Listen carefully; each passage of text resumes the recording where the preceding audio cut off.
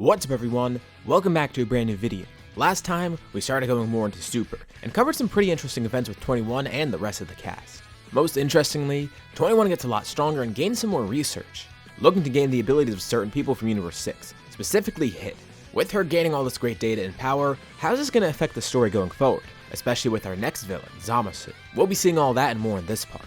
For this video, let's set a like goal with 3,000 likes. If we hit that, I'll continue with another part of this series. Anyways, let's pick it from here. After much deliberation, Zamasu finally decides whose body he's gonna steal. It was between Goku and 21, but now he's made his decision, and he feels that this one is a fitting one. On Earth, a familiar face shows up in the past. It's Trunks. At first, he seems relieved to see where he is, and then he sees a face that he didn't want to see. That's the person that was attacking his timeline. And immediately, Trunks powers up, charging at this person. It's Android 21. Of course, he doesn't know her otherwise. And obviously this means that Zamasu stole her body, but everyone else is left just as confused. He thinks that this is the 21 that was attacking his timeline, but it isn't. 21's able to fend him off, trying to calm him down at the request of Goku and the others. She's able to paralyze him in place, using some of Hit's abilities. It's the only way to restrain him right now. She doesn't want to attack or fight back.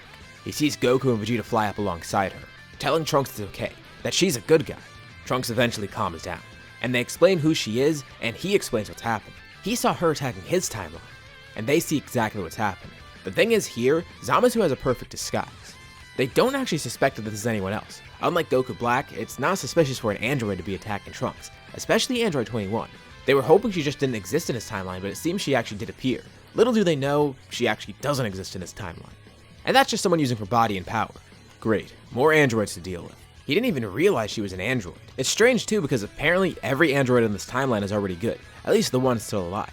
They haven't heard from 17, but 18's good. She married Krillin. And 21, even though Trunks didn't know her before, they were able to fix her. Wait, fix her? Yeah, they tell the whole story about what happened with her. And as this exposition occurs, someone else shows up. It's Android 21 from the future, aka 21 Black, which Trunks doesn't call her that because he doesn't know any other 21. He actually didn't even have a name for her, not knowing who or what she was. But for simplicity, we're gonna call her 21 Black.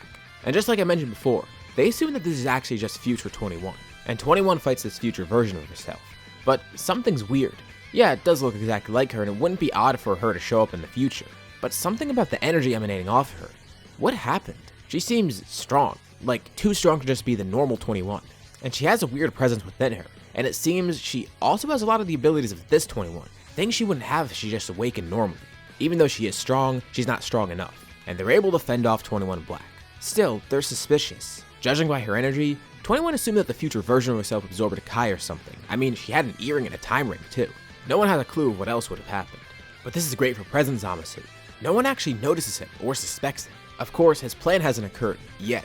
And because no one even suspects him at all, his plan's not going to be accelerated yet, but that doesn't mean we're just going to forget about him, no. It's just important to note this because it'll come into play later. Eventually, the group does go to the future in order to encounter this threat. While present Zamasu might be laying low, the future one definitely isn't. He's still very involved in this plan, and is still immortal like normal. The two Zamasus are working together and are actually pretty successful so far. They just need to defeat Trunks, and then go on with their plan beyond that. Going to the past was actually a great idea for 21 Black. She seemed to grow stronger from this encounter, getting more and more used to this different body. When Zamasu initially swapped bodies, it was tough. Just like with Goku Black, you can't immediately access all the power that's in there, but 21 Black is getting more and more experience thanks to this fight. Maybe she could try and summon more power this time, especially now. The two Zamasus see. Not only does Trunks return, but he brings 3 people with him, Goku, Vegeta, and 21. This is perfect. It's a great opportunity for 21 Black to show off her new power, or the power that she unlocked, the one that she had before. She thanks everyone from the past and Trunks. She always knew that 21 had this power, but never knew how to access it. A way to tap into godly ki to make her stronger. Consider this her version of Super Saiyan Rose, a godly form different from the original person. She powers up, and much to the surprise of everyone, she looked very different than the normal 21. The group starts fighting, and this power actually seems to be a little bit too much. Even for 21 it's too much, which is surprising. This is herself, why is she so much stronger?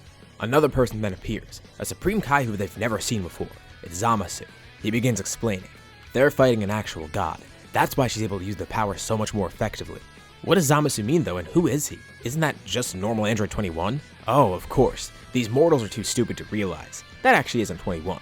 The two Zamasus begin explaining, telling them everything that's happened, as well as explaining the Zero Mortals plan and why they're here. So they were completely wrong about all of this, but that Zamasu guy, does that mean he exists in the past too? He's still there, unchecked, and they're doing nothing about him. But before they go back, they need to solve everything here and figure out a weakness for them. Although, it's gonna be a bit tough. With how strong 21 Black is, and the fact that Zamasu is immortal, yeah, this isn't really going as planned. But maybe there is a way around this.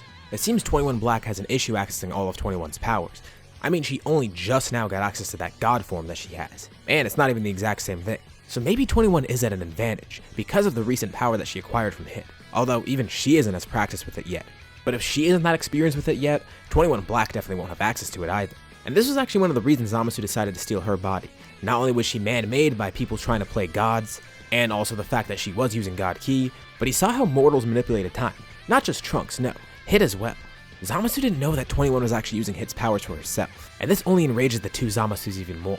More mortals playing with time, and in a much different way than before. This is a grave sin, and they must be punished for it.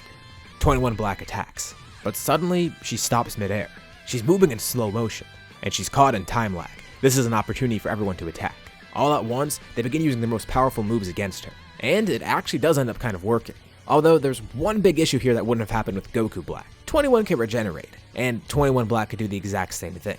Of course, Zamasu is there to heal her, but she doesn't even need that. She's able to break free of the time lag just in the nick of time. Any longer, they might have been able to completely destroy her, but now she knows their tricks. Or at least one of them. 21 could try and use time skip, and the other's trying to figure out a plan as well.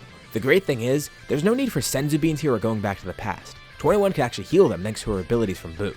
And Vegeta gets an idea. Just like they did on Namek, maybe they can try and exploit Zenkai somehow. Of course, they're not going to be as potent, but if they continue fighting and get beat up, they could just get healed again by 21. And she thinks this plan might actually work, and she has a great idea. In her Majin form, she takes 3 separate pieces off of herself, attaching them to the back of everyone else. This way, whenever they're injured, she could just heal them remotely. Of course, it's a lot slower this way. It would be better if they just came directly to her, but still, this could work. This means they can continuously be healed during battle, as long as they don't take too much damage.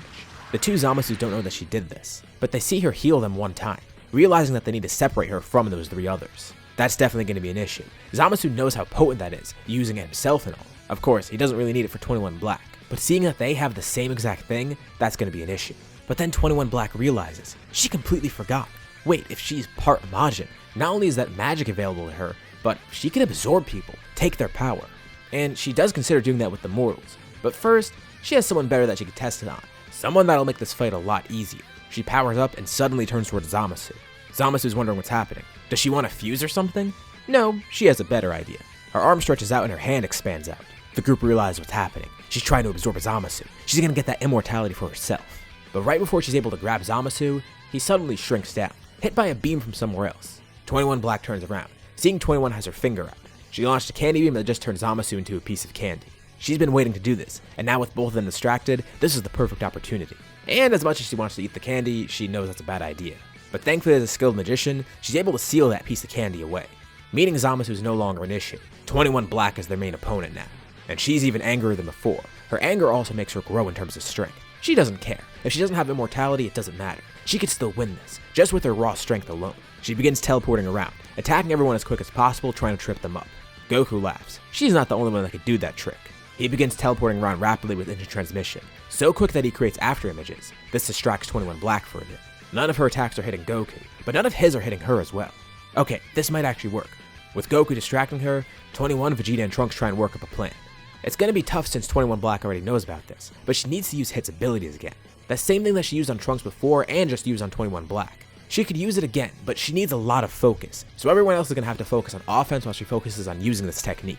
With how beaten up everyone's gotten in this battle, they have healed a bit and have gotten a bit stronger. Of course, like I said, it's not as much as they'd like, but it might be enough to make a difference. Plus, if she could freeze 21 Black, they have a few ideas in mind of how they could eviscerate her completely. They just need one strong combined attack.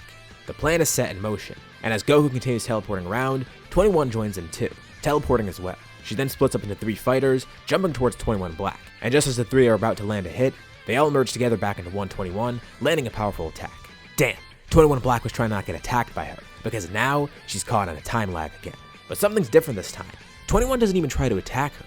She's just focused on holding the time lag in place. Crap, 21 Black is trapped. There's no way out of this. But there's no way they could win, right? I mean, if they're just relying on the power of the 3 Saiyans, that's not going to be enough. Even if they charge up combined attack, it's not going to work. She could just regenerate, even in the time lag, although it's going to be slower. 21 Black senses something behind her. as 21 jumps up in the air, still holding the time lag but also getting out of the way. A father-son Final Flash hits 21 Black from behind, and it's working, dealing damage and slowly erasing her, but it didn't do much, and she begins regenerating. Vegeta and Trunks begin charging again, but then Goku jumps in front of them. He apologizes to Beerus. He has to steal his technique for now, even though it's not the exact same thing. He channels all of his energy into his hand, and shouts Hakai. Of course, it's not a real Hakai, but thankfully he doesn't need a real one right now. He just needs all of his energy focused into one attack like this. And it's slow, but it's good because 21 Black isn't immortal, and she's frozen right now. The area is illuminated purple as slowly 21 Black begins to get destroyed by this attack. It's not just part of her either. They've fought Majins before, so they know how to deal with this. Also, Cell too, since that kinda counts. They know with a regenerating opponent like this, they need to erase every single bit. And as Goku continues launching his Hakai, 21 grants him a burst of energy. Goku's Hakai powers up, then completely finishing the job. Is that it? It has to be over, right? They try and sense everything, looking around to make sure, and it seems like there's nothing. 21 Black isn't regenerating, and as for Zamasu, he's sealed away. Trunks thanks everyone for their help. Now, his timeline can finally return back to normal, although there still is one more loose end. Zamasu, in the past at least. Now that they know Zamasu is involved in this plan, they go immediately to Beerus and Whis, telling them of what's happened with him. But something different happens here. They can't just kill Zamasu, I mean, he hasn't done anything in the past. And eventually he does hear about his future self and what happened. He's berated, but he makes it clear that he hasn't thought of anything, or done anything yet. Of course, he's lying. He has thought about the plan even though he hasn't acted on it yet. But this is great for him. He got a heads up. He's gonna clean his act up for now, and think of a more secure plan. Hearing about his future self's failure lets him learn. It lets him see the flaws in that plan and make his own new one. He will enact the Zero Morals plan in due time, especially because he needs to avenge his two future selves, continuing the idea that they had in mind. He's under watch now, so he does need to wait a bit, and he needs to bide his time. But also, he stalks Universe 7, trying to figure out what to do. So apparently that future version of himself stole 21's body. And he was actually considering that, but yeah, that's not gonna work. Maybe it would be a better idea to steal Goku's body, although he's gonna need a much more sophisticated plan. The one that the other two Zamasus used didn't really work too well, but they had the right idea. Steal someone's body to get stronger, and then become immortal. Maybe they were planning on using Potara fusion, but Zamasu has a better idea. Why not do both of those wishes at once? Of course it's gonna be hard. Or is it?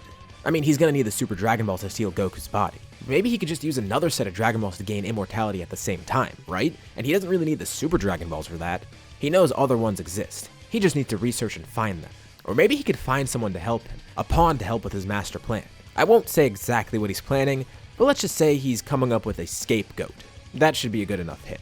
Of course he's not going to attack right now, and he can't really look at Universe 7 too much. He's already under strict watch, so he needs to wait a bit for the heat to cool down. And he needs to be on his best behavior. We'll be seeing this in future parts. For now, we go back to Universe 7. Time has passed after the Future Trunks arc, and soon enough, we get the announcement of the Tournament of Power. The great thing is, I don't need to come up with a completely different team here. It's pretty obvious who the team's going to be. It's the exact same as it was in canon, but instead of having to revive Frieza, they just have 21 on the team. I mean, it's pretty obvious to have her there. Okay, actually, I lied. There's another different person on the team. Roshi is replaced on the team with Majin Buu himself. Yeah, he doesn't fall asleep here. Well, he does fall asleep, but thanks to 21 being there, she's able to easily wake him up thanks to some of her magic. She's seen his strength, and she has used it too. She knows how valuable of an asset he could be, as long as he keeps himself under control. And this is going to make a pretty overpowered team. Not to say Frieza wasn't strong, of course he was. But having Majin Buu and Android 21 instead of Roshi and Frieza, that's definitely way better. And way less risky because they don't have to worry about Frieza turning on them or anything. These are two people that they know are on their side. Buu even gets into shape for this, excited at the prospect of this tournament. You also gotta consider too, Goku, Vegeta, and Gohan are much stronger than normal. Goku and Vegeta obviously have an extra training partner, making their training much more efficient, so they're beyond where they were originally. And for Gohan, it's obvious. He was a lot more motivated to fight here. And as shown in the previous parts, he is a lot stronger. So that should mean the tournament's going to be easy for Universe 7, right? Well, maybe not. We'll be seeing in the next part though. With the team all set up and the tournament in place, this is where we're going to leave off for now. So, what did you guys think about this part? And what do you think is going to happen next time? Leave any thoughts and suggestions in the comments below. I'll be sure to take them out to see what you guys think. As always, if you liked the video, be sure to drop a like. And let's try to hit that like goal from the beginning of the video so we can get another part to the series. If you haven't already, why not subscribe, as well as hitting the bell icon so you're notified about any future uploads on my channel, including more parts of this series. Anyways, thank you all for watching, and I'll see you all in my next video.